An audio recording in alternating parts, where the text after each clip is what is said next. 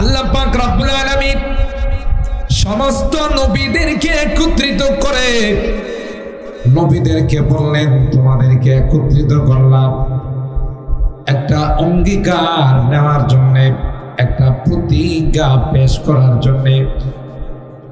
হে আদম, তোমাকে নবী বানায়া পাঠাইলাম, তোমাকে সফিউল্লাহ বানাবো।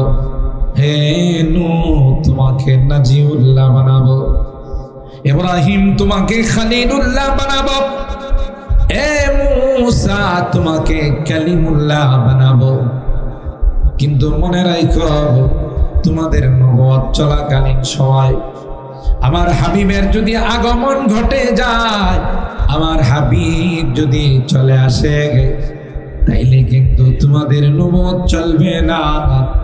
যেমন সূর্য উঠলে বিদ্যুতের লাইট কোনো কাজ করে না, ঠিক কিনা বলে? যত বড় পাওয়ারফুল লাইট হোক না কেন, সকালবেলা যখন সূর্য ওঠে তখন ওই লাইটের কোনো আলো থাকে?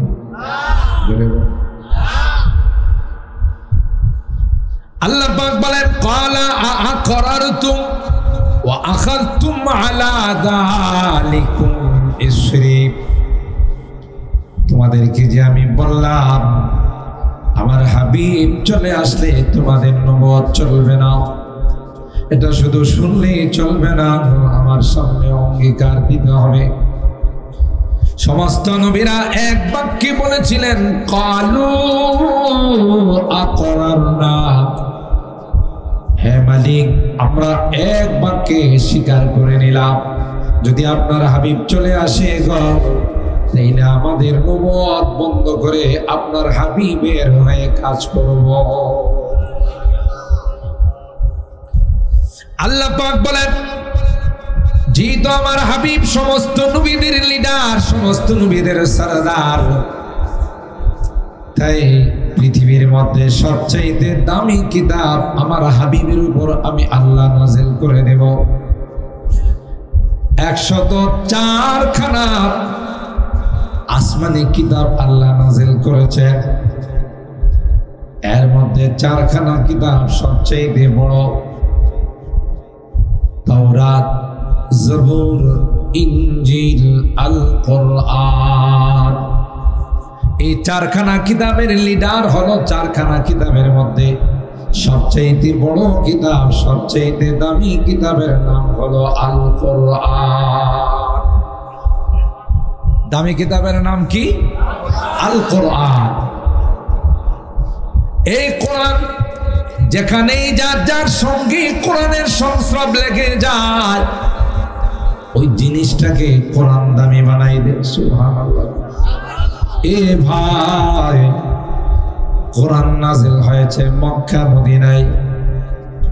মক্কা মদিনার দাম কম না বেশি? আরো জোরে বলতে হবে।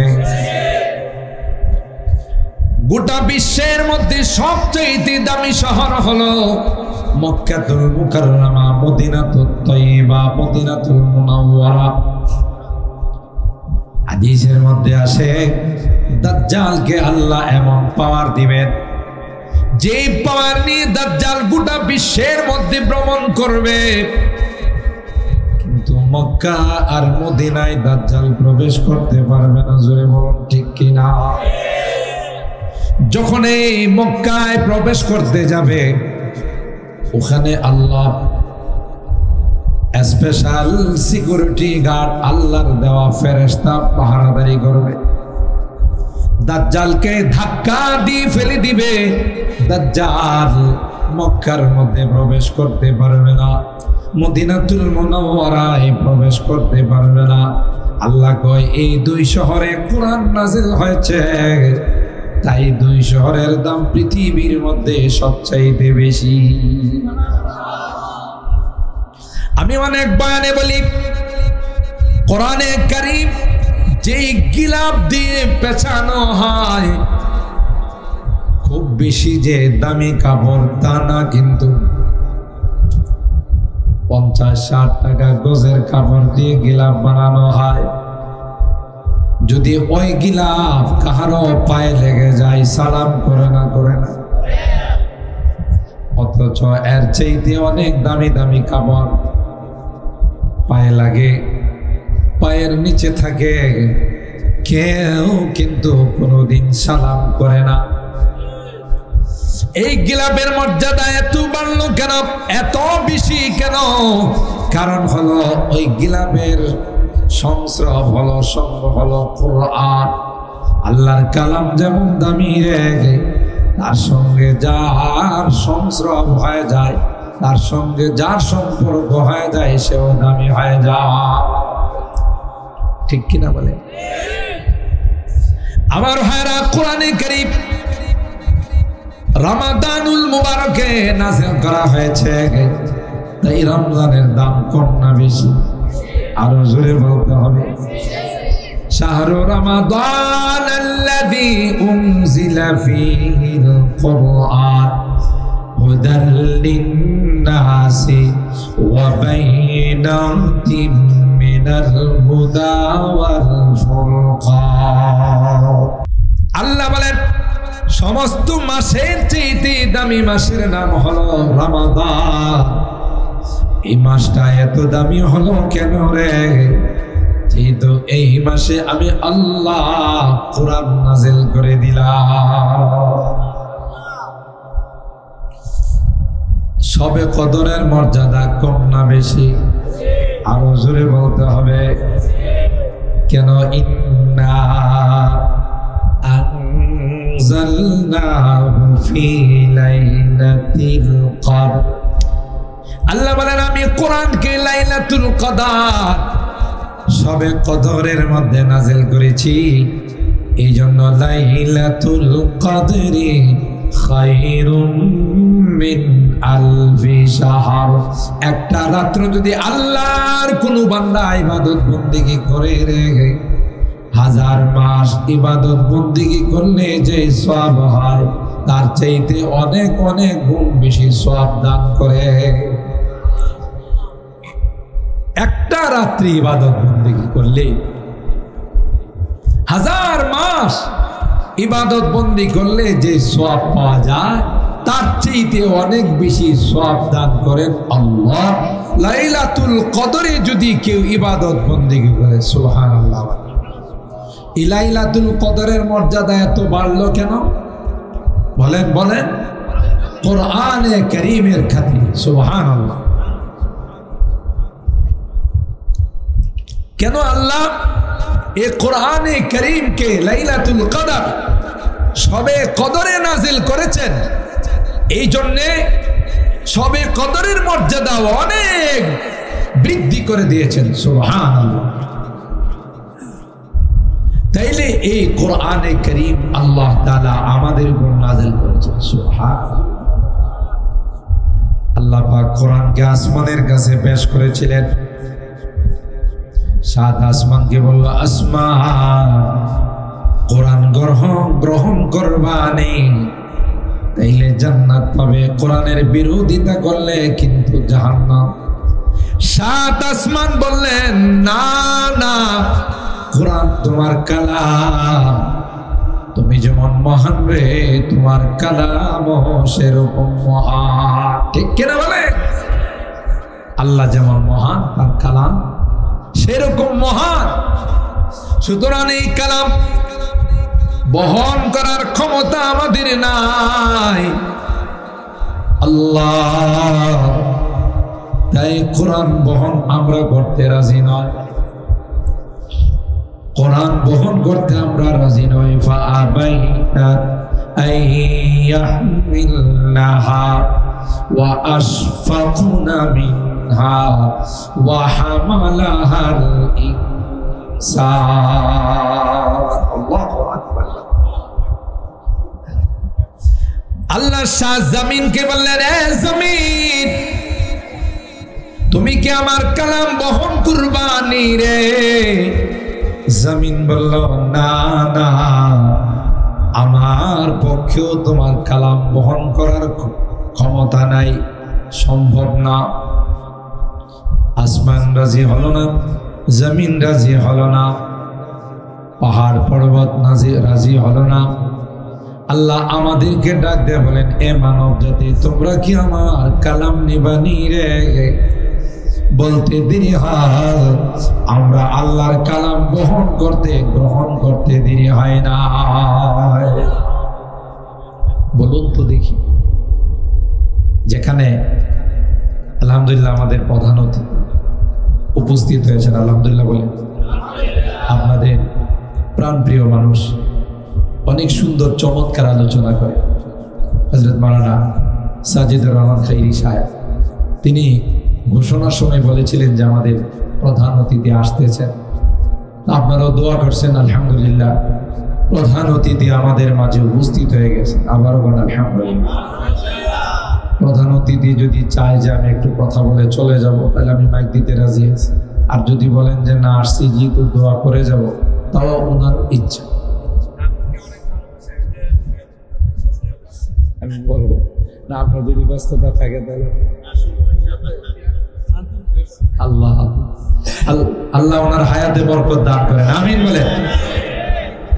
আল্লাহ তাআলা ওনাকে আমাদের মাঝে অভিভাবক হিসাবে কবুল করেন, আমিন বলেন। সম্মানিত সুধী, আমি খুব লং টাইম আলোচনা করবো না, আমি আগে বলছি আলোচনা হয়ে গেছে। শুধু কোরআনের মর্যাদা নিয়ে দু একটি কথা বলি, আপনাদেরকে নিয়ে দোয়া করব ইনশাআল্লাহ। আমাদের আকাবের বুজুর্গানি দিন ওলামা ইকরাম বলে, মাহফিলের বয়ান খুব লম্বা হওয়া উচিত। রাত 1টা 2টা 3টা পর্যন্ত বয়ান করার স্বাভাবিকভাবে আপনি যদি ঘুমাই যান, ওই দিনের ফজরের নামাজ ভুললাই, কথা কোন ঠিক কিনা? আর এই এক ওয়াক্তের নামাজ, 2 রাকাত ফজরের নামাজ যদি এক পাল্লায় রাখা হয়, সারা জীবনের ইবাদত আর ওয়াজ যদি এক পাল্লায় রাখা হয়, কোনটা ভারী হবে? বলেন বলেন। আমি লম্বা ওয়াজ করলাম, কোরআনের আয়াত তিলাওয়াত করলাম, আপনাদের কাছে ভালো লাগে, আর সেই কারণে লং টাইম ওয়াজ শুনে যদি ফজরের নামাজ কাজা হয়, পানিশমেন্ট আপনাদের হবে, আমার কথা কয়। আল্লাহ বলবেন, বক্তা আয় তোরে বানাই দি তখতা। তোর ওই ওয়াজের কারণে মানুষগুলোর নামাজ কাজা হচ্ছে। এই জন্য ভাই, আমাদের ওলামায়ে কেরাম আমাদেরকে নির্দেশ দিয়েছেন 12টা 12:30, এর বেশি মাহফিলে দেরি করবো না। যেহেতু শীতের দিন আসতেছে, রাত একটু লম্বা হয়, তাই না? 12টা 12:30টার ভিতরেও যদি মাহফিল শেষ হয়ে যায়, প্রত্যেকে যার যার বাড়িতে গিয়ে ঘুমাইলে আশা করা যায় ফজরের নামাজ কাজা হবে না ইনশাআল্লাহ। আর যারা আগের থেকে পড়ে না, ওরা তো মাহফিল আর গায়রে মাহফিল সবই সমান, কথা বলে ঠিক কি? তবে এই রকমের মানুষ এখানে নাই যারা নামাজ পড়ে না। আমি মনে করি সবাই আমরা নামাজ পড়ি, কি বলেন ঠিক কি না? আর না পড়লেও আজ থেকে ওয়াদা করে নিলাম, যতদিন বেঁচে থাকবো ততদিন 5 ওয়াক্ত নামাজ জামাতের সাথে আদায়। আমিন বলেন, আমিন বলেন। আল্লাহ আমাদের এই ওয়াদাকে কবুল করুন, আমিন। তাইলে আসমান রাজি হলো না, জমিন রাজি হলো না, বিশাল বিশাল পাহাড় রাজি হলো না, কোরআনকে বহন করার জন্য কে রাজি হলো? আমরা, মানব জাতি কি হলো রাজি? ওয়াহামালাহাল ইনসান। আল্লাহ বলেন আসমান রাজি হয় নাই, জমিন রাজি হয় নাই। তোমরা 3.5 হাত বডির মালিক দুর্বল জাতি রে, তোমরা কি করে রাজি হয়ে গেলে? এই জন্য মহব্বতের 2টা গালি দিছে আল্লাহ আমাদের। সুবহানাল্লাহ। এটা রাগের গালি না, এটা মহব্বতের গালি।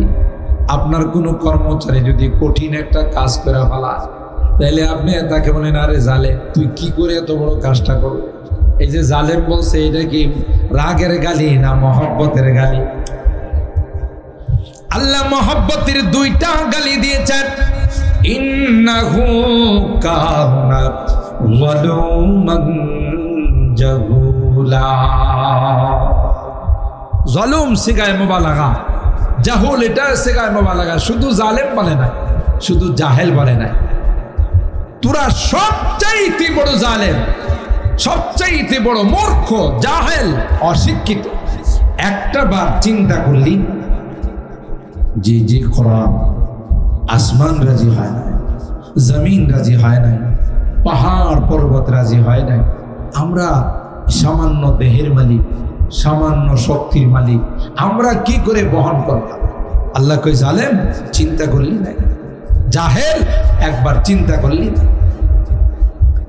আমরা বলি মালিক আমরা ভালো করে জানি কোরআন তোমার কালাম, কোরআনের ওজন অনেক ভারী, তারপরেও কেন রাজি হলাম? আমরা জানি রে, আমরা যদি কোরআন নেওয়ার জন্য রাজি হয়ে যাই, তুমি আসমান থেকে কুদরতি হাতে কোরআনে ধরে রাখবা। আমাদেরই ধারণা, আস্থা, বিশ্বাস। ছোট বাচ্চা যেমন বাজারের ব্যাগ মাথায় নেওয়ার জন্য কান্না করে, বাবা চিন্তা করে এর মাথায় যদি ব্যাগ দিই এত এমনিতে আলু ভর্তা হয়ে যাবে, কিন্তু বাচ্চা বায়না ধরছে ব্যাগ দিতেই হবে, না হয় বাড়িতে যাব না, গড়াগড়ি শুরু করেছে। একটা পর্যায়ে বাবা কর ঠিক আছে চল, ব্যাগ তোর মাথায়, তুই ধর। ব্যাগটা মাথার উপরে, কিন্তু ওরা ওজনটা ধরে রাখছেন কে? কথা কয় না। গোটা ব্যাগের ওজনটা ধরে রাখছেন বাবা, আর বাচ্চা কোনা দিয়া দুই হাতে ধরে কি লাফানি, আর কি খুশি আর আনন্দ। বাড়িতে গিয়া মাকে কয়, মা দেখো কত বড় ব্যাগ, বাজারের ব্যাগ আমি নিয়ে আসছি। আসলে কি হে নিয়ে আসছে না বাবা নিয়ে আসছে? আমরাও বলি মালিক, আমরাও জানি পারা জিসকি লহন সে তুরে হুদা হোনে কো হে, पारा जिसकी लहन से तूरे खुदा होने को है जिससे खाशिअन मुतसद्दिअन होने को है। अल्लाह बोलें लव अंज़लना हादल कुरआन अला जबल लरअयतहु खाशिअन मुतसद्दिअन मिन खशियतिल्लाह व तिलकल अमसालु नज़रिबुहा लिन्नासि लअल्लहुम यतफक्करुन।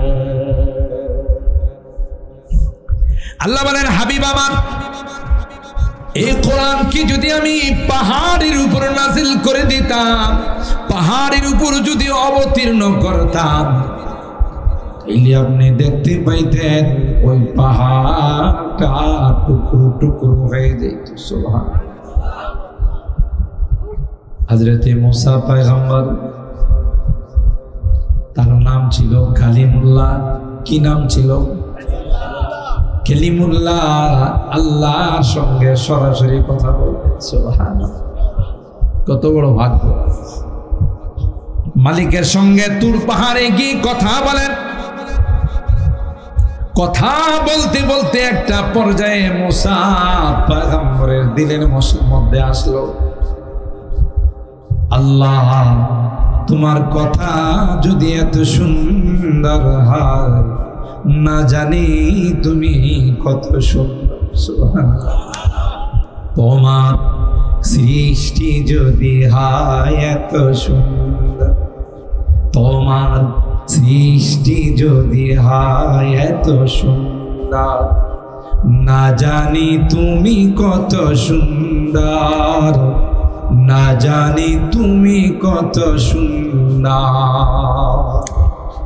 তুমি এত সুন্দর করে সব সাজাইছো।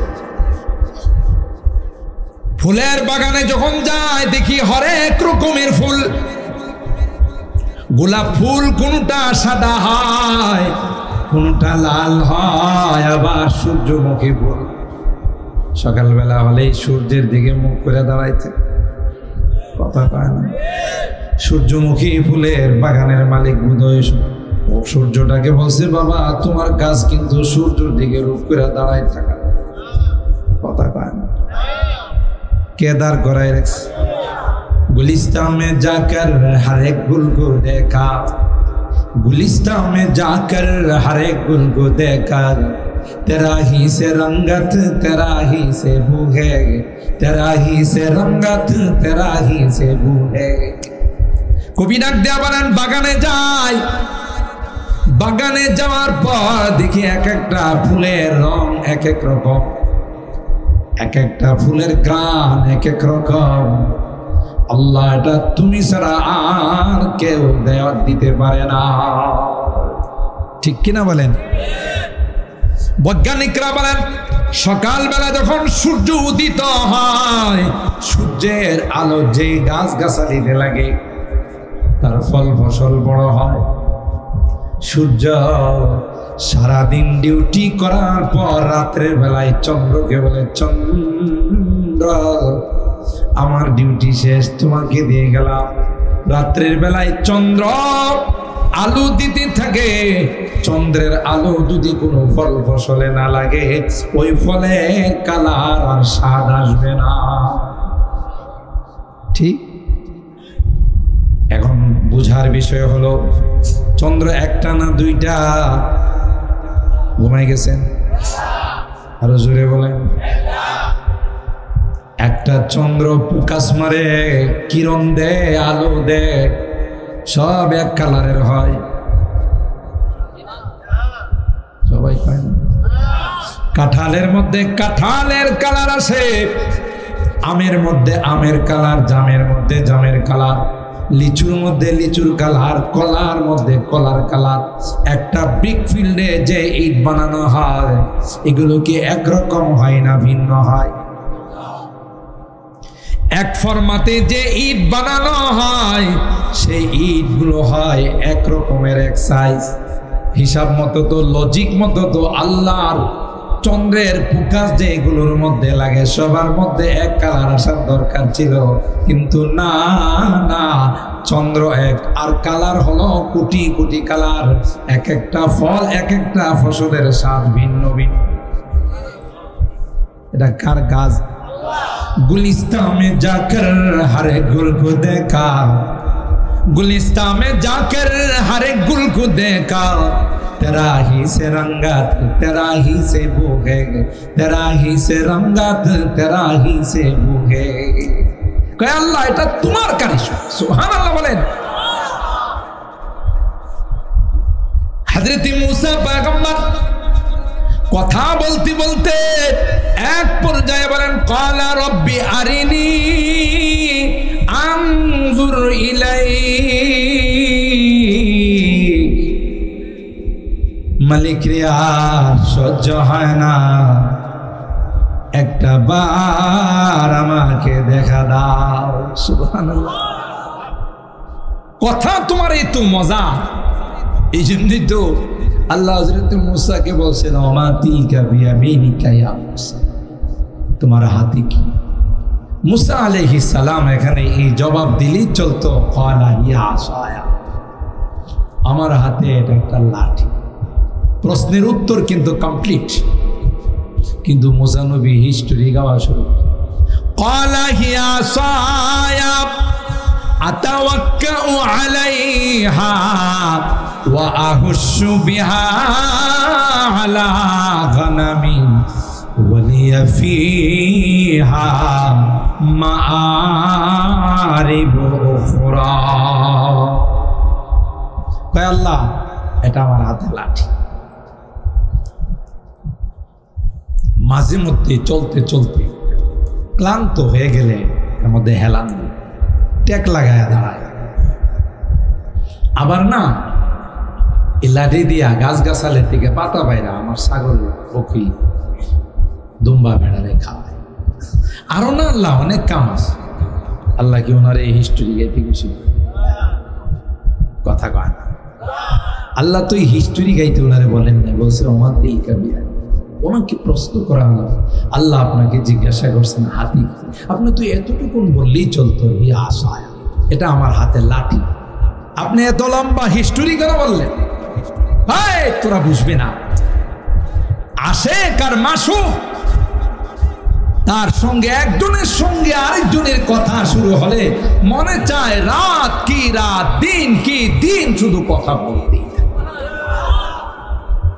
মিয়ানে আশেক ও মাসুক ও চরমজিস্ত মিয়ানে আশিক ও মাশুক চরমজিদ কিরামান কাতিবিনরা হাম খবর নিস। এটা হলো আল্লাহর কালাম, এত সুন্দর।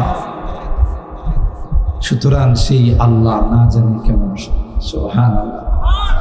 এই আল্লাহকে দেখার ইচ্ছা আছে কার কার? একটু লিল্লাহে তাকবীর। বাঞ্চারামপুরের মানুষের আওয়াজ এত ছোট হয় না, কারণ ব্রাহ্মণবাড়িয়ার সন্তান থাকায় না। আর গোটা বাংলাদেশ জানে, যদি বাংলাদেশে কখনো ইসলামী পতাকা উত্তোলিত হয়, ব্রাহ্মণবাড়িয়ার জমিন থেকে উত্তোলিত হবে। কথা বলেন ঠিক না? লিল্লাহে তাকবীর। হাত নামান, আল্লাহ আমাদের হাত কবুল করুন, আমিন বলুন। আল্লাহ বলেন, যদি আমাকে দেখতে চাও, আমি একটা বিশাল সেমিনার করব, যেই মাঠে আল্লাহর সমাবেশটা হবে, সেমিনার হবে, মাহফিলটা হবে, এই মাঠের নাম হলো ময়দানে মসজিদ। সুবহানাল্লাহ। এই ময়দানটা কত বড়? আপনাদের এই ময়দানের সমান না, একটু বড়? এটা সমান নয়। হযরত জিবরাইল আলাইহিস সালাম আল্লাহর কাছে একদিন আকাঙ্ক্ষা পেশ করে, আল্লাহ, জীবনের গোটা শক্তিটা দিয়ে একটা মাঠে দৌড় দিতে পারলাম না, এরকম কোন মাঠ পাই না।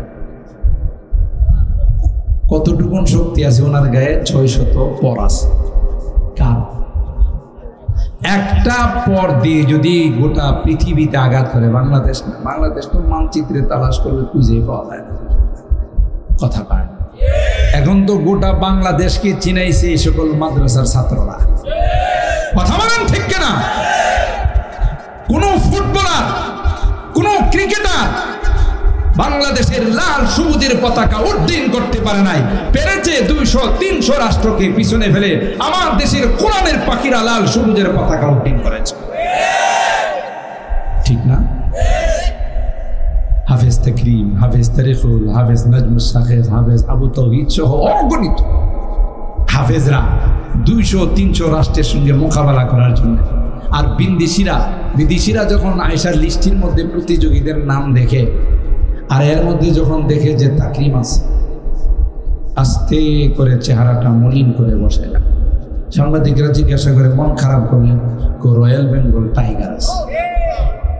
আরো আস্তে কোন সুবহানাল্লাহ, রয়্যাল বেঙ্গল টাইগার আছে। পারা যাবে না।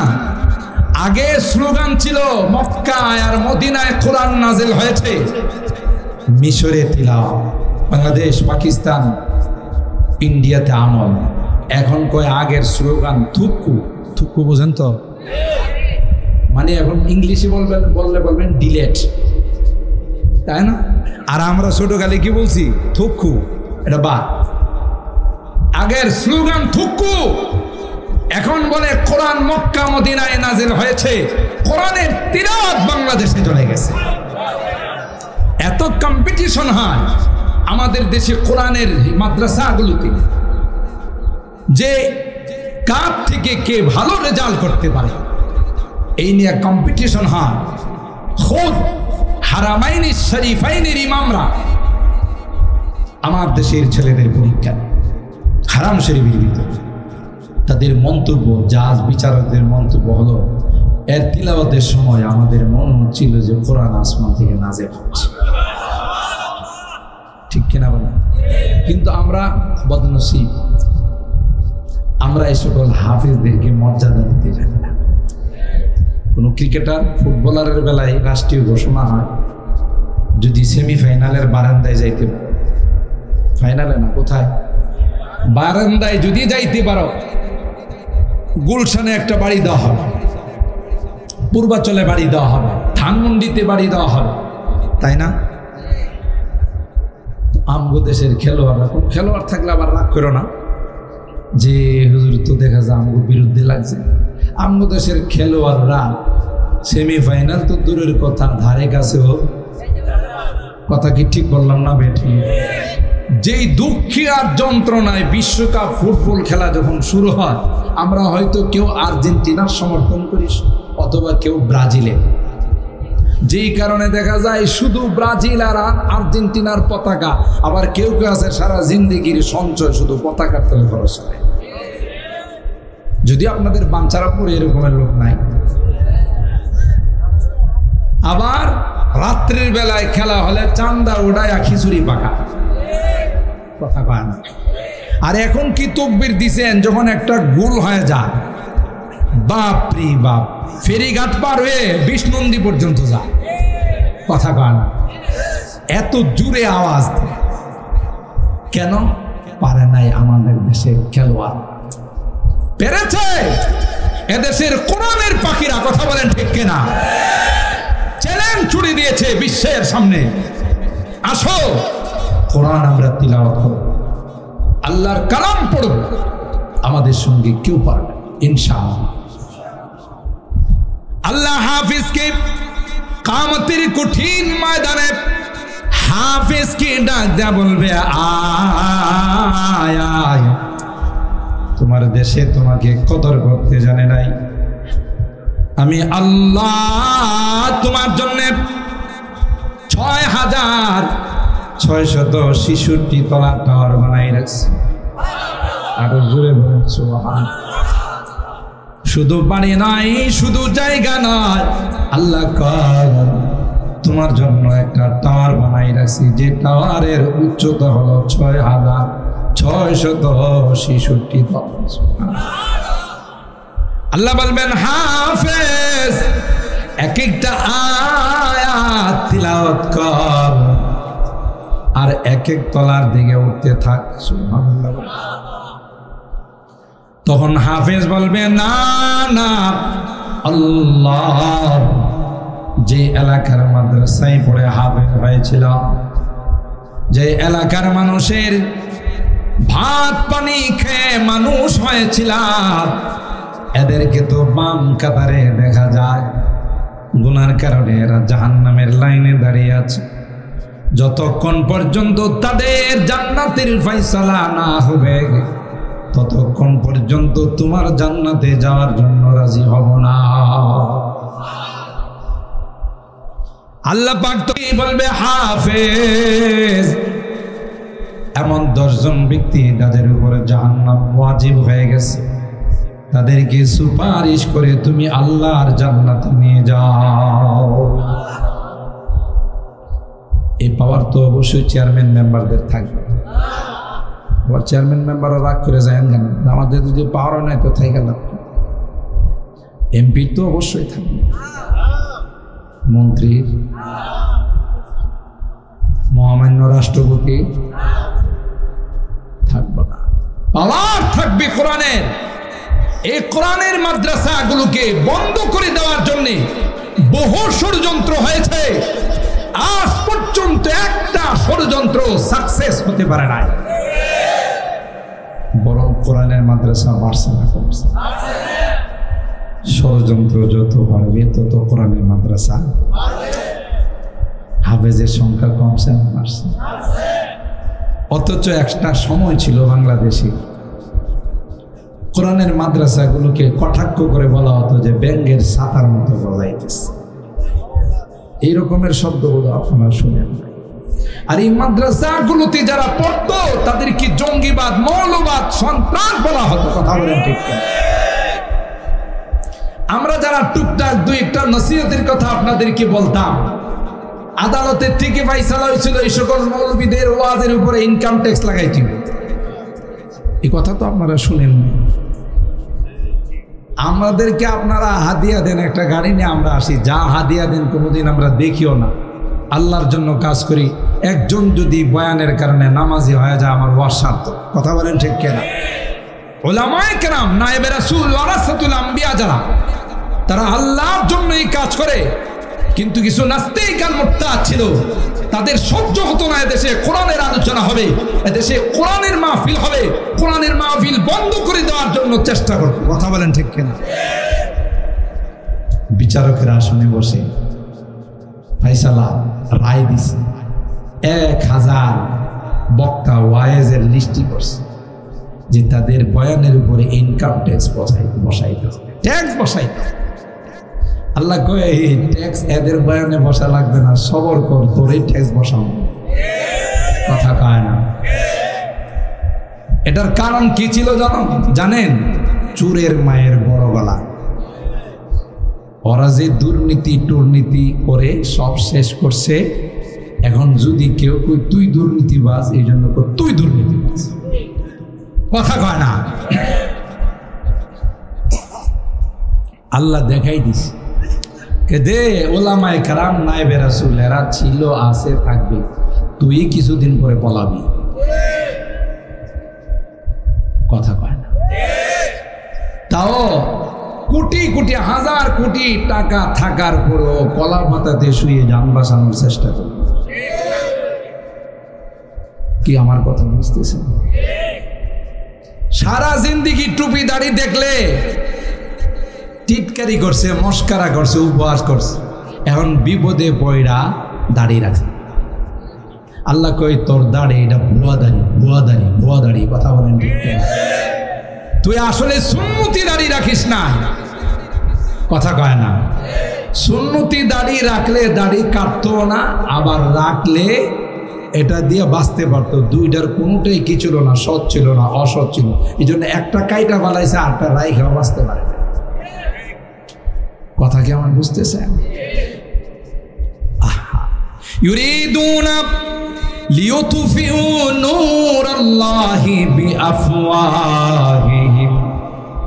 ওয়াল্লাহু মুতিম্মু নূরিহি ওয়ালাউ কারিহাল কাফিরুন। আল্লাহ ডাক দিয়ে বলেন, যে লাইট আমি জ্বালিয়েছি, গোটা বিশ্ব মিলে যদি চেষ্টা করে, ষড়যন্ত্র করে আমার লাইটকে অফ করে দেওয়ার জন্য, আল্লাহ ডাক দেয়া কয় না না, কিয়ামত পর্যন্ত সকল শক্তি, মহাশক্তি, পরাশক্তি মিলে যদি একত্রিত হয়ে চেষ্টা করে আমার লাইটকে অফ করে দেওয়ার জন্য, আল্লাহর কসম রে, আল্লাহর লাইটকে কেউ অফ করতে পারবে না। যারাই বাহাদুরি দেখাইয়া, দুঃসাহস দেখাইয়া আল্লাহর লাইটকে অফ করার জন্য যাবে, আল্লাহ কয় লাইট অফ হবে না, কোরআন অফ হবে না, যে যাবে সে নিজে অফ হয়ে যাবে।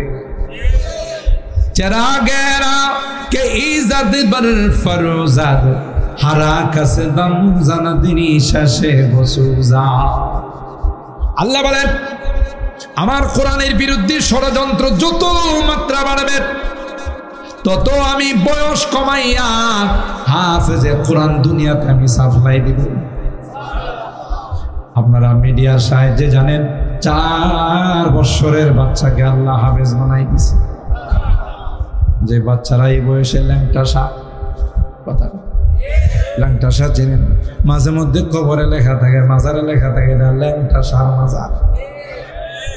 কি সে জীবদ্দশায় জীবনে অফিস আদালতে কাপড় লাগাই নাই। কথা কয় না। সারা জিন্দিগি অফিস আদালত খুলে চলাফেরা করছে, তার পিছনেও হাজার হাজার মানুষ। কিরে ভাই, এর পিছনে দরুস কা? কয় কোনো ইশারা না পাইলে কি অফিস আদালত খুলে বলাইছে? কথা কয় না। আসলে তো কথা ঠিক, ইশারা পাইছে। এটা হলো ইবলিচ্চার ইশারা পাইছে। ঠিক কিনা বলেন? ছোট গালে যে বয়সী কাপড় পরে না, আল্লাহ কয় আমি আল্লাহ 30 পারা কোরআন তার সিনায় সংরক্ষণ করে দেব। কোরআনের বিরুদ্ধে ষড়যন্ত্রের মাত্রা যত বেশি হবে, আল্লাহ কয় 4 বছরের পরিবর্তে 3 বছরে নিয়ে আসবো, 3 বছরের পরিবর্তে 2 বছরে নিয়ে আসবো, 2 বছরের পরিবর্তে 1 বছরে, আরো যদি বেশি করো মার পেটের থেকে রেডিমেড হাফেজ বানায়া পাঠাবো। আল্লাহর এই ক্ষমতা আছে না? কথা বলে। মার পেটে বাচ্চা থাকা অবস্থায় মা কোরআনের হিফজ করেছে, করতে করতে 15 পারা হিফজ করেছে। এরপরে সম্ভব হয় না, বাচ্চাটাকে যখন একটু বড় হলো মক্তবের মধ্যে ভর্তি করে দিয়ে আসছে। মক্তবের উস্তাদকে বলল, উস্তাদ জি বাচ্চাটার বাবা নাই, এতিম সন্তান, একটু আদর করে বাচ্চাটাকে হাফেজ বানায়। উস্তাদজি বাচ্চাকে কুলে বসাইয়া বাচ্চাকে বলে, পড়ো বাবা, আউযু বিল্লাহি মিনাশ শাইতানির রাজিম। বাচ্চারে কয় আউযু বিল্লাহ পড়তে হয়, আগেরটা কয় বিসমিল্লাহির রাহমানির রাহিম। উস্তাদ কই ঘটনাগিরি হেরে কই আউযু বিল্লাহ, যে এক কদম বাইরা কই বিসমিল্লাহ। এরপরে উস্তাদ বলে, বাবা বলো আলহামদুলিল্লাহি রাব্বিল আলামিন। ওই বাচ্চাটা কয় আর রাহমানির রাহিম। আপনাদের সুবহানাল্লাহ মনে হইছে 2 সপ্তাহ যাবত রোজা রাখছেন। আর একটু আস্তে কর, আর একটু আস্তে কর। দেখছে আমরা যদি কই আস্তে আপনারা কোন জোরে, আর যদি কই জোরে তখন কোন আস্তে, উল্টা চলছে। কথা বলেন ঠিক কিনা? এবার বাচ্চার মাকে খবর দিয়া কয়, তুমি আসো, তোমার সঙ্গে কথা আছে। বাচ্চাকে বললা তুমি আরবি পড়ানোর জন্য, বাচ্চাটা আমি যা কই তার আগেরটা কর। এলে তুমি কি আমার সঙ্গে প্রতারণা করছো? বাচ্চার মা মনে করছে বাচ্চা দুষ্টুমি করেছে, বেয়াদবি করেছে, সেই জন্য আমাকে ডাক দিয়েছে। বাচ্চার মা পর্দার আড়াল থেকে কল, ওগো উস্তাদজি, মনে হয় আমার সোনামণিটা, মনে হয় আমার কলিজার টুকরাটা আপনার সঙ্গে বেয়াদবি করেছে। ও উস্তাদজি মাফ করে দেন, বাচ্চাটার বাবা নাই, এতিম সন্তান। বাচ্চাটার চেহারার দিকে তাকাইয়া আমার জীবন যৌবন বিসর্জন দিয়েছি, আমি অন্য কোন স্বামী গ্রহণ করি নাই। এই মা বুখারী শরীফের মধ্যে আসে, যে মা সন্তানের চেহারার দিকে তাকাইয়া জীবন যৌবনকে বিসর্জন দিয়ে দেয়, অন্য কোনো স্বামী গ্রহণ করে না। প্রয়োজনে মানুষের বাড়িতে বুয়ার কাজ করে, তারপরেও অন্য স্বামীর ঘরে যায় না। এরকম মা আছে না নাই? বাবারা স্ত্রী মারা গেলে সহ্য করতে পারে না, থাকতে পারে না, কিন্তু মা তার জীবনকে বিসর্জন দিতে পারে সন্তানের জন্য। এ যুবক, যে মা না খাইয়া জীবন যৌবনকে বিসর্জন দিয়া তোমার জন্য ওয়াকফ করে দিয়েছে, তুমি বড় হয়ে ওই মাকে বাদ দিয়ে ম্যাডামের কথা শুনে যদি মাকে ছেড়ে চলে যাও, আল্লাহর কসম রে, আল্লাহর কসম, ওই মা যদি একটা বদদুয়া দিয়া দে, তোমার জন্য আল্লাহর জান্নাত হারাম হয়ে যাবে। কথা কয় না? সাবধান সাবধান এ যুবতী মা, প্রথম দিন স্বামীর ঘরে আইসেই চেষ্টা করে স্বামীরা কিভাবে সেপারেট করা যায়। যদিও বাঞ্চারমপুরের নারীরা এরকম না। এ মা মনে রাখো, কামাতা দিন মতুদান, জৈসা কারোগে ওইসা ভরোগে, যেমন কর্ম তেমন ফল।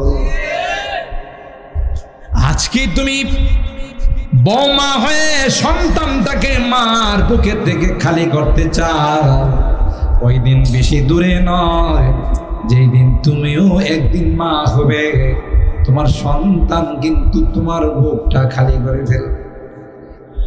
যুক্তিবাদী তার ওয়াজে বলতেন বহু আগে, তখন তো ক্যাসেটের মাধ্যমে ওয়াজ বাজত। তিনি তার বয়ানের মধ্যে বলতেন, এক বৌমাকে শাশুড়ি মা। আমি বোধহয় আপনাদের কষ্ট দিয়ে বলাইতেছি, রাগ করতেছেন না? 12:30টার ভিতরে দোয়া হবে। আমাদের প্রধান অতিথি বক্তব্য দেবেন, তারপরে দোয়া হয়ে যাবে। আমি সংক্ষেপ করে দিচ্ছি। দুনিয়ার নীতি হলো, যে যাকে কষ্ট দিবে তার ফলাফল আল্লাহ দুনিয়াতে দিবে। কথা বলেন ঠিক না বেঠিক? বৌমাকে বলল শাশুড়ি মা, বৌমা আমার পিঠটা চুলকাই দাও, আমার পিঠটা চুলকি দাও। বৌমা বারবার হাত দিয়ে পিঠ চুলকাইতে যায়, কিন্তু হাত যায় না, পাও যায়। কথা কয় না? হাত দিয়া চুলকাইতে চায়, কেমন যেন পাওটা উঠে যায়। আল্লামা মুফতি শফি রহমাতুল্লাহি আলাইহি তার কিতাবের মধ্যে লিখে, বাবা বৃদ্ধকালে তার সন্তানকে বলে, গাছের ঢালে কাক বসছে, বলতে ये क्या चीज है? উর্দু বোঝেন তো? পাকিস্তান আমলে উর্দু কইছেন না। স্বাধীনতার সময় তো পাঞ্জাবিরা যারে দেখছে হেরে গেছে, কিয়া তো মুসলমান। কথা কয় না? আমরা তখন বলছি হ্যাঁ মাই পাক্কা মুসলমান হো। কি বলো মিয়া, আমি একজন পাক্কা মুসলমান। মুসলমান হ্যাঁ তুই তেরা কলমা বাতা। মুসলমান হইলে কলমা কর, লা ইলাহা ইল্লা আনতা সুবহানাকা ইন্নী কুনতু মিনাজ জালিমিন। हेरे कोई कलमा पढ़ते हैं दुआ मुसीबत। बंगाली थोड़ा ही कलमा है, ये तो मुसीबत की दुआ है। पर बोललाम कलमा पढ़ते तो मुसीबतेर दुआ पढ़ते, वो क्या कर, तुम मार रहे हो, गुली कर रहे हो, इसलिए कलमे के बदले में मुसीबत की दुआ ही पढ़ते। কথা বলেন ঠিক কিনা? দোয়া ইউনুস পড়া শুরু করছে। তো বলছে যে ये क्या चीज है? বাবা তার সন্তানকে বলতেছে, বাবা বলো এটা কি? বলছে প্রথমে বলছে ये कौवा। কি বলছে? আসলে কাওয়া, কিন্তু নকল কাওয়া না। কথা পায় না যে কাক ডালে বসে এই কাওয়ার কথাই বোঝায়। তো একটা কাক সারা দেশে প্রসিদ্ধ হয়ে গেছে, ওই কাওয়া না। কথা পায় না, আসল কাকের কথা। কথা বলেন? ये क्या चीज है कि ये कौवा है, এটা कौवा। আবার জিজ্ঞাসা করছে, বাবা ये क्या चीज है? ये कौवा है। আওয়াজটা আগের থেকে বাড়ছে না কমছে? তৃতীয়বার জিজ্ঞাসা করছি क्या चीज है? ये कौवा है, ये कौवा है, ये कौवा है। এবার রাগ হইয়া তিনবার করছে, তোমার কান দিয়া কি আওয়াজ দেয় না? আমি না দুইবার কইলাম কৌয়া। বাবা বুঝে ফেলছে সন্তান বড় রাগ হয়ে গেছে। বলল যে বাবা ঘরের মধ্যে ডায়েরি আছে, ডায়েরিটা একটু নিয়ে আসো বাবা। ডায়েরিটা খুলে তুমি যখন ছোট ছিলা আমার কোলে বসে এরকমের প্রশ্ন আমাকে একবার নয়, দুইবার নয়, 100 বার করেছিলাম। দেখছেন না বাচ্চারা কি প্রশ্ন, এগো প্রশ্ন শেষ হয় না। আব্বু এটা কি? এটা নৌকা। নৌকা দিয়ে কি করে? কই নদীর মধ্যে চালায়া কি করে? বিভিন্ন মাছ টাছ ধরে, মাছ ধরে কি করে? শেষ আছে প্রশ্ন, শেষ আছে। বা প্রশ্ন একটার পর একটা চলতেই থাকে, বিরতিহীন। তুমি বারবার আমাকে প্রশ্ন করেছিলে, যতবার তুমি প্রশ্ন করেছিলে ততবার আমি মায়ার সঙ্গে, দরদের সঙ্গে, মহব্বতের সঙ্গে তোমাকে জবাব দিয়েছি রে। আর তোমার কপালের মধ্যে আমি চমকেছি, কোনোদিন বিরক্ত বোধ করি না। আমি চাইছি আল্লাহ যেন তোমার হায়াতে বরকত দে, আর এখন তোমরা চাও যেন তাড়াতাড়ি মারা যায়। রাগ করতেছেন মনে হয়? এ যুবক, কথাটা এই জন্য বললাম, মা বাবা বড় দৌলত। পৃথিবীতে যারাই যত আদর করো তার পিছনে স্বার্থ নিখোঁজ। শাশুড়ি আম্মা যান শ্বশুর বাড়িতে গেলে দেশি মুরগিটা খায়, দেশি ডিম খাওয়ায়, সবজি কলা খাওয়ায়, সরওয়ালা দুধ গ্লাস দেয়া খাওয়ায়। তুমি মনে মনে ভাবতেছ আমার মা থেকে তো শাশুড়ি আম্মাই ভালো। কথা কয় না? একদিন তার মেয়ের সঙ্গে একটু 19-20 কইরা দে, জারুটা নিয়ে আর রাস্তায় দাঁড়ায় থাকে। কথা কয় না? যে গোলামের বাচ্চা তুই আইস, গোলামের পুত তুই আইস। কথা কন ঠিক কিনা? ওই যে স্বার্থের মধ্যে ব্যাঘাত ঘটছে। কিন্তু মা যতই তুমি খারাপ আচরণ করো, মা তোমার ওই স্বার্থহীন মহব্বত। কথা বলেন ঠিক কিনা? এই জন্য মা সন্তানের দুঃখ ব্যথা সহ্য করতে পারে না। সন্তান বিদেশ থেকে আসে, বিগ ফিস ভরে মাল নিয়ে আসে, টাকা পয়সা নিয়ে আসে, সবাই তার বিগ ফিসের দিকে তাকায়, তার মালামালের দিকে তাকায়। মা মা সন্তানের চেহারার দিকে তাকায়। প্রথম প্রশ্নটা মা বলে, বাবা কি সুন্দর ছিল তোর চেহারাটা, তুই কত সুন্দর ছিলে রে বাবা, তুই শুকাই গেছিস, তুই কি ঠিক মতো খাওয়া দাওয়া করিস না, তুই কি ঠিক মতো ঘুমাস না? সুবহানাল্লাহ। হাদিসের মধ্যে আসে, যে মা এতিম সন্তানের চেহারার দিকে তাকাইয়া জীবন যৌবনকে বিসর্জন দিয়েছে, আল্লাহর হাবিব কয় কিয়ামতের কঠিন ময়দানে আল্লাহ পাক ওই মাকে আরশে আজিমের নিচে ছায়া দিবে। আরো আসতে সুবহানাল্লাহ। ওই বাচ্চাটা মনে আছে না, ভুলে গেছেন? ফিনিশিং দিচ্ছি। ওই বাচ্চাটার জন্য উস্তাদ যখন ডাকলো, বাচ্চার মা পর্দার আড়াল থেকে উস্তাদকে কয় মাপ চাই, ক্ষমা চাই রে, যদি কোনো বেয়াদবি কইরা থেকে মাফ করে দে, আমার এই সন্তানটার বাবা নাই, এতিম সন্তান, তাকে মানুষ বানানোর জন্য আমি জিয়ার কাজ করি, বুয়ার কাজ করি, উস্তাদজি মাফ করে দিয়েন, বেয়াদবি করে থাকলে আমি মা আপনার কাছে মাপ চাই। উস্তাদ ডাক দেয়া কয়, না না, কোনো বেয়াদবি করে না, তুমি না বললা তাকে কোরআন শিক্ষা দেওয়ার জন্য, আমি পড়াই, হে আমার আগে আগে পড়ে। আরো আসতে সুবহানাল্লাহ। কারণ কি, কারণ কি গো? হতে পারে বাচ্চাটা যখন আমার পেটে ছিল তখন আমি কোরআন মুখস্থ করা শুরু করেছিলাম। সুবহানাল্লাহ। করতে করতে 15 পারা মুখস্থ করেছিলাম। মনে হয় আমার বাচ্চাটা পেটের মধ্যে 15 পারা মুখস্থ করে ফেলছে। শেষ কথা বলে যায় না হয় নারীরা বলবে আমরা কি সামলা দেই না, আমরা কি মাহফিলে টাকা দেই না, হুজুররা শুধু পুরুষদের ওয়াজ করে। এ মা, আপনি যদি নেককার হন, আপনি যদি দিনদার হন, আপনি যদি পর্দানশীল হন, আপনার ঘরের থেকে হাফেজে কোরআন হবে, আপনার ঘরের থেকে আব্দুল কাদের জিলানী সৃষ্টি হবে।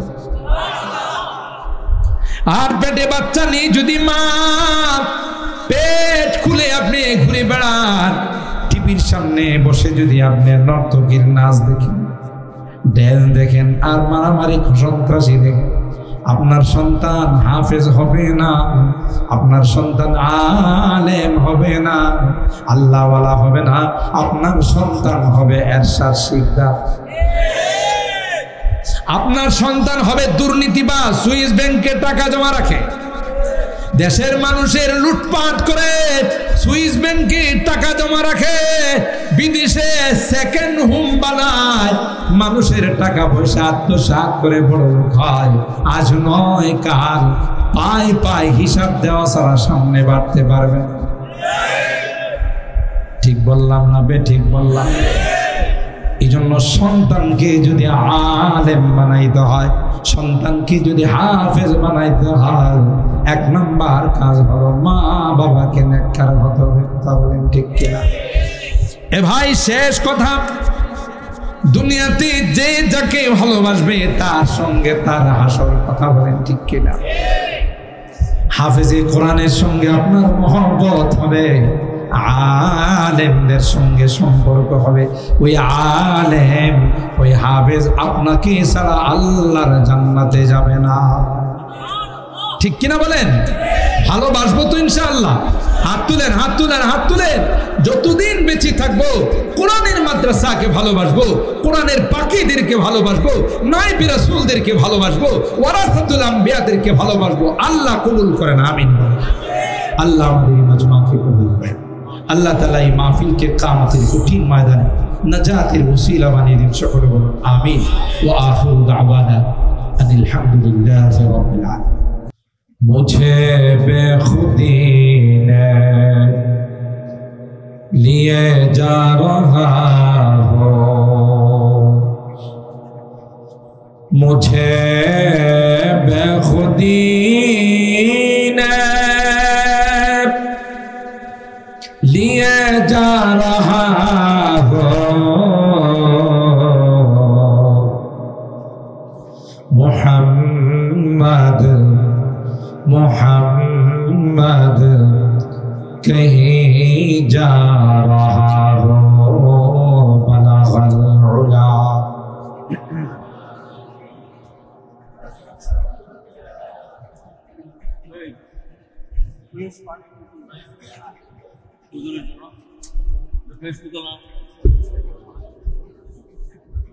सल्लु अलैहि व आलिहि।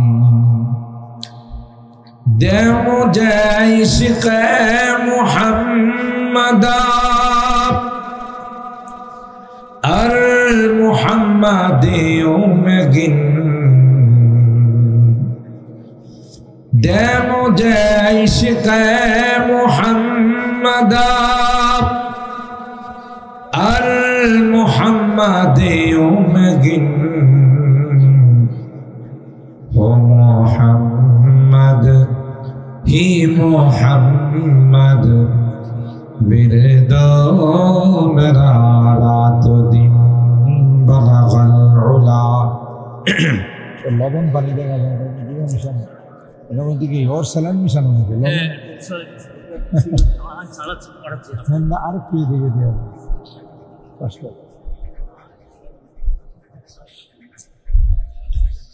اللهم صل وسلم دائما أبدا على حبيبك خير الخلق كلهم। الحمد لله ثم الحمد لله। আমাদের প্রাণপ্রিয় প্রতিষ্ঠান কানাইনগর উত্তরপাড়া দারুল উলুম ইসলামিয়া হাফিজিয়া মুবারকিয়া মাদ্রাসা ও এতিমখানার উদ্যোগে আয়োজিত 23তম ওয়াজ ও দোয়ার মাহফিলে সম্মানিত সভাপতি জনাব মোহাম্মদ শহীদুল্লাহ সরকার সাহেব, আজকের মাহফিলের প্রধান অতিথি আলহাজ মোহাম্মদ ফজলুল হক সাহেব, হযরত উলামায়ে কেরাম, বারাদারান ইসলাম, পর্দার আড়ালের মা ও বোনেরা, আল্লাহ পাকের দরবারে লাখো কোটি শুকরিয়া যে রব্বে করিম অগণিত অসংখ্য মানুষ থেকে নির্বাচিত করে আমাদের কিছু মানুষকে আজকের এই জান্নাতি বরকতি মাহফিলে আসার বসার তৌফিক দান করেছেন। এই জন্যে অন্তরের অন্তঃস্থল থেকে কালিমাতুশ শুকর আদায় করি, জোরে সুরে বলি আলহামদুলিল্লাহ। মাগরিবের নামাজের পর থেকে নিয়ে পর্যন্ত অনেক বুজুর্গ উলামায়ে কেরামদের জবান থেকে অত্যন্ত মূল্যবান আলোচনা শুনেছি। এখন আমরা শেষ পর্যায়ে চলে আসছি, রাত প্রায় 11:30। খুব লং টাইম আলোচনা করে আপনাদেরকে কষ্ট দেব না। আজকের এই মাহফিলের পোস্টারে দুইটা শিরোনাম, একটা হলো ওয়াজ ও দোয়ার মাহফিল। আমি মনে করি ওয়াজ হয়ে গেছে আলহামদুলিল্লাহ। উদীয়মান তরুণ আলিমে দ্বীন বা হযরতুল আল্লামা আল্লামা হিদায়াতুল্লাহ আজাদি সাহেব, হযরত মাওলানা সাজিদুর রহমান সাহেব, হযরত মাওলানা শেখ সাদি, এরা আপনাদের খিদমতে মূল্যবান আলোচনা পেশ করেছেন। আমি কুরআনুল কারীমের সূরা আল হিজর এর 9 নম্বর আয়াতে কারিমা তিলাওয়াত করেছি। সরকারে দু আলম महबूब किबरिया सैयदुल कौनैन सैयदुल सकलैन हजरत मुहम्मदुर रसूलुल्लाह सल्लल्लाहु ताला अलैहि वसल्लम অসংখ্য হাদিস থেকে ছোট্ট একখানা হাদিস পাঠ করেছি।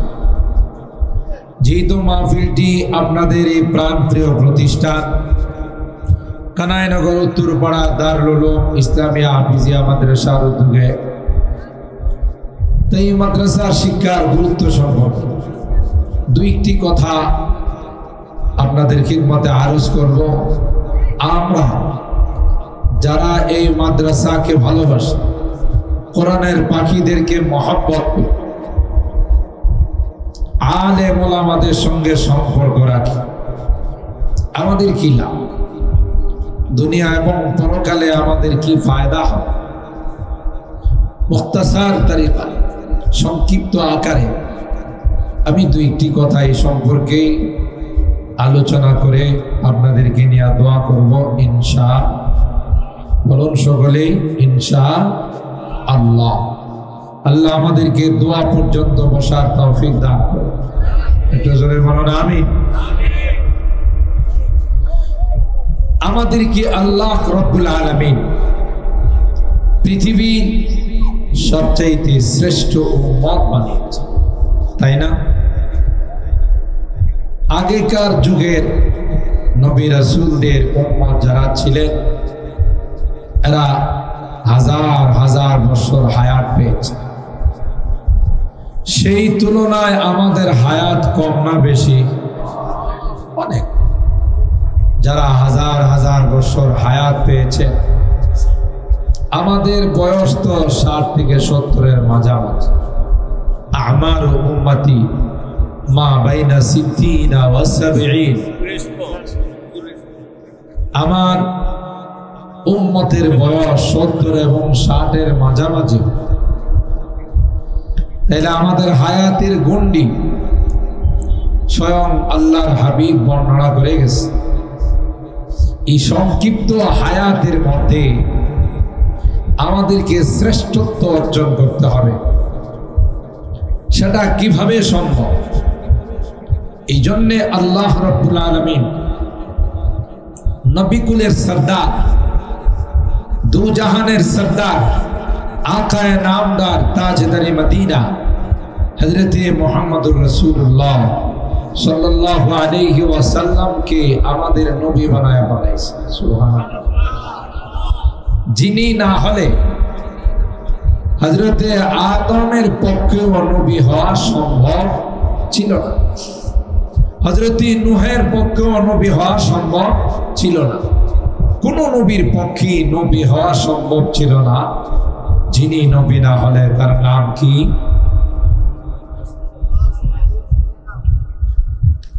টিউবওয়েলের পানি বইরা আর এতে নিয়ে আসছে, টিউবওয়েলের পানি বইরা নিয়ে আসছে। আল্লাহ। সম্মানিত সুধী, কোরআনে কারীমের মধ্যে আসে সকল নবীদের রূহকে আল্লাহ রাব্বুল আলামিন একত্রিত করে আলাদাভাবে তাদের কাছ থেকে একটা অঙ্গীকার নিয়েছে। কি সেই অঙ্গীকার? হযরতে আদম থেকে নিয়ে ঈসা রূহুল্লাহ পর্যন্ত সকল নবীদের কাছ থেকে আল্লাহ তাআলা অঙ্গীকার নিয়েছে যে তোমাদেরকে তো নবী বানায়া পাঠাবো,